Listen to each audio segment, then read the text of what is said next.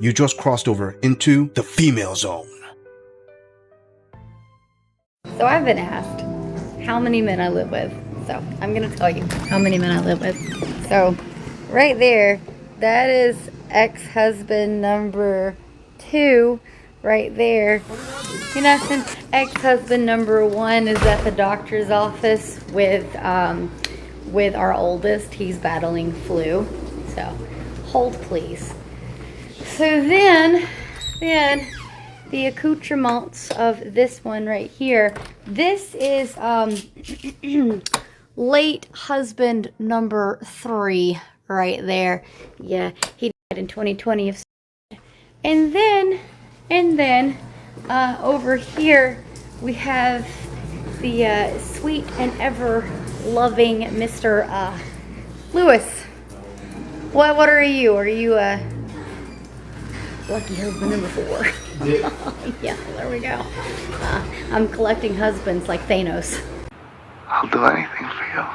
All right, fam, I gotta ask, did we just see that right? Did we just get taken on a simp/cuck safari? I'm talking about she put all of those super blue pill beta dudes on display and basically used them as content and made them kind of pathetically laughable. I have said this a bunch of times, I'm going to say it again. For as many videos as you see this gorilla shining a spotlight on the femme fatale queens here, who think that they're all that and a bag of chips, who always think that, oh, you know, they're the prize somehow. I've always said that behind that mentality, behind them thinking that they are everything, there's got to be a guy out there fueling this. There's got to be the bluest of blue pill beta simps. I'm talking about like Papa Smurf level of blue pill beta simp out there pushing that, making them think, oh yes, you are the ultimate prize. And look at this. We're talking about this fake blonde gremlin here has simped and cucked how many guys? And they're all under the same roof? Listen, there's always one out there, but damn, I gotta say it, gents. These guys sure as hell take the L on this one. Before we move on, I want to say thank you, fam,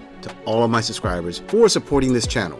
I truly appreciate all of you who leave comments, who like my videos, and share them on other social media platforms. I truly gotta say thanks, fam. If it wasn't for you, I wouldn't be here. And for those of you who haven't subscribed yet, I thank you for tuning in, and I hope you decide to hit that subscribe button. Moving on! The hottest girls always have the worst love life, and that's because we're always lusted over and not loved on.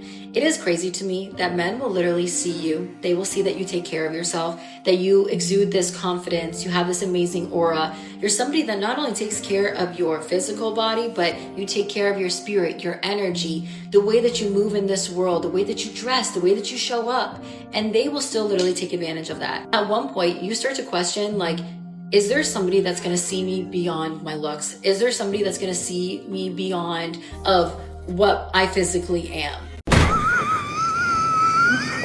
What was that, Queen? You were joking, right? Hold up. You're saying that the prettiest girls have the worst love life because you have the most awesome personalities and men take advantage of that? Sister, I don't know what world you're living in, but nothing can be further from the truth. Now, I'm not saying that the ugliest girls have the greatest personalities, so don't try to pull the switcheroo on me. What I'm saying is, there's a rule of thumb, and we've heard it as the crazy scale. The hotter the girl is, the more she's allowed to be cray-cray. That can be applied also to attitudes. It translates very easily. The hotter the girl is, the worse her attitude is. I'm sorry, but it's been said many times by guys who are out there in the dating market today. Hell, it's been said for over a decade now that attractive women don't really develop their personalities. They don't have to because they rely on their looks. A hottie really doesn't have to bring a whole lot to the table other than her hotness because she knows that guys out there, especially guys with resources, which are the guys that most women want, will be more than willing to pay her tab just because she's hot. The uglier the girl, the harder the struggle. But I'm pretty sure she already knew that. She's just trying to start an argument out of nothing. Moving on. TMI incoming. So, you don't want to hear it, move on. This is my last rant on the last guy that I was with that I should have seen this as a red flag and didn't.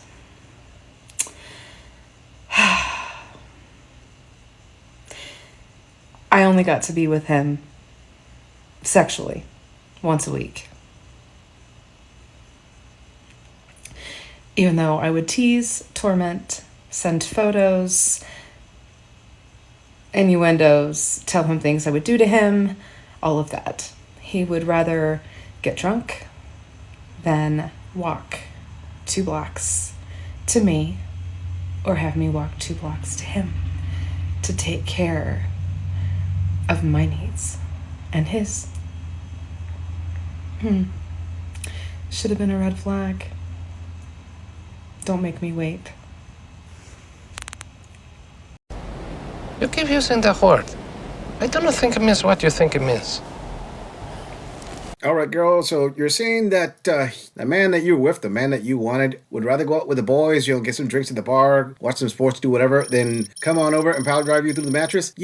That complaint really doesn't work out the way you think it works out. It doesn't really reflect so much poorly on him in the minds of men. Now, again, before any woman out there starts saying, "Oh, gorilla, here you go," trying to twist everything again to try to blame her. No. Hold up a second. Pause. You gotta understand, ladies. You see, to turn a man on and to get him into bed, it's almost as easy as turning on a light switch if you are that girl, okay? If you are not that girl, it's gonna take a little bit of work, but still doable. Not really that difficult. In saying that, unless a guy's suffering from some kind of ED and he's 100% functioning just fine, and he still rather go somewhere else than give you the meats, most men are gonna think, hold up. What is it about you that he was trying to get away from? You should have given that a little bit more thought before you posted that. Oh well, moving on.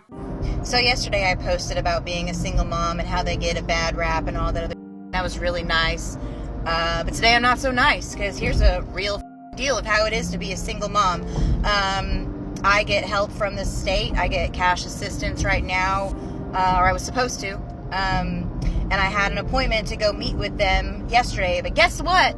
The mail didn't come until yesterday, and I didn't get the letter until yesterday after my appointment. So what do? I call the Department of Health and Human Services and say, hey, I did not realize I had an appointment today. What can I do? Do I need to come in there today? Can I do this over the phone, or should I just come in tomorrow? What do I do? And they're like, well, you can do it over the phone, but it's going to take way longer, so you might as well just come in tomorrow, which would be today. They said as long as you come in before 4:15, you'd be fine. I get there, and what was I told? Oh, both the people that deal with this are gone. They're gone. And this is after I put the last $10 I had to my name in my gas tank, and then drove 25 minutes there, and now driving 25 minutes back home. And guess what? My car's still on E. And they said, well, you're probably not going to get your benefits tomorrow since you didn't get this in time. And I'm like, great, thanks. That's great. This is what being a single mom is like. This and every other day of my goddamn life. And people wonder why I'm not in a good mood all the goddamn time. People wonder why single moms don't have time to deal with from other people. Because we're already dealing with like this every day.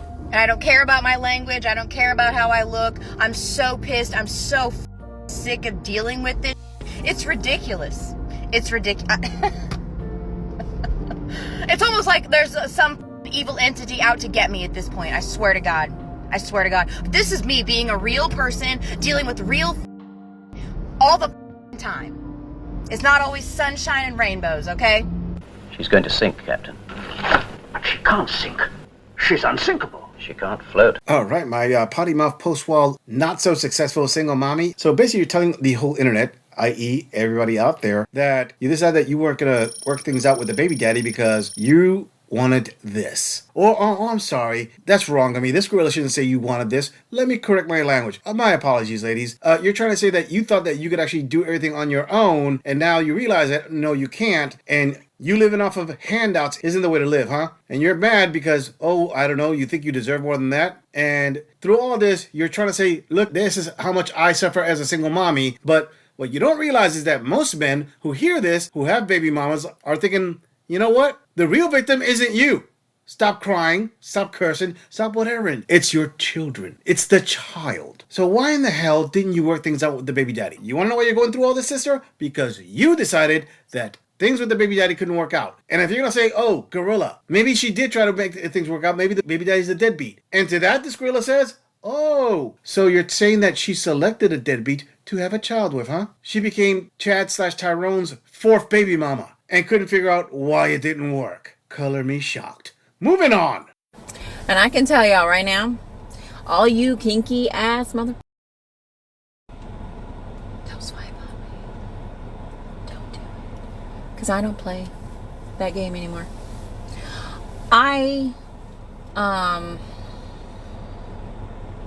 In my adult divorced life. I did. I have had my fair share of sexual entertainment. And some of it was okay. Some of it I liked. Some of it I definitely didn't. And some of it I said an absolute no to. And that's okay. If that's your thing, you keep it over there. Don't bring it over here. I don't want that. Leave me alone. I'm fine with just generic sex. I don't need all the crazy bells and whistles, attachments and toys and craziness. And don't spit on me. What's wrong with you? No, you can't pee on me. Like, these people are weird. I had a guy like made out with my feet once, and I was like, something ain't right here. He was more interested in my feet than my body for the rest of me, you know? Like, dude, y'all are in a whole other level of weird shit over there. And, nah. I'm good. I don't want to do it. I don't want to do it anymore. I don't want to be a people pleaser anymore. I'm not playing that game anymore. Like y'all had. Nope. The ones who were able, congratulations that you got me on some of those things. But from now on, no. I'm good. There's a big checklist of no's. No, thank you. Ain't doing it. Yeah, but the hose. Oh, what? It's too hard to get the hose. Kinky men don't swipe on her anymore. She doesn't play that game anymore. She's had her fair share of sexual entertainment. Listen, sister, you label this car ride confessions. Well, you should label it as high mileage confessions. So let me get this straight. You did all the freaky diggy stuff with all the men. I mean, I'm pretty sure what you mentioned the extreme stuff, but there are other things that you probably did. I'm pretty sure there's not one orifice on you that isn't innocent at this point. All kinds of liquids have been thrown on your body, I guess. And you're saying, oh, you don't want that anymore. You just want regular sex. Queen, maybe this didn't dawn on you, but what you're trying to convey out here versus what's coming out are two different things. I know in your imagination you're trying to say, no, I don't want the extreme stuff anymore. I just want something normal, kind of vanilla. Cool. Nothing wrong with having that mentality, but here's the problem. You see, you already admitted, and it's on the internet, that you were more than willing to do the freaky stuff before. So from here on out, any man that dates you, he knows, wait a second, you probably stuck your tongue in all kinds of stuff and did all kinds of stuff with a bunch of other guys who didn't commit to you, but you're asking me, the guy you want to commit to you, to not ask you to do any of the freaky stuff with me? So basically, I'm beneath all that. I'm not worthy of that side of you. I'm worthy of the boring side of you, but I'm supposed to commit to you. Do you see how that doesn't translate well there, princess? I mean, all I can say, queen, is you already admitted that you have high mileage. If you already got 500,000 miles on you, what's another 50,000 with a guy who's willing to commit to you at this age? I mean, one man's clunker is another man's classic. I'm just saying, if you enjoy this audit, click on the video in the end screen for more content. If you would like to support the channel, please follow the link in the description to donate to our beer fund, or like, subscribe, and share this video on other social media platforms. If you agree or disagree with anything about this audit, please let us know in the comments. I'm going to leave this audit right here. I'll see all of you in the next episode.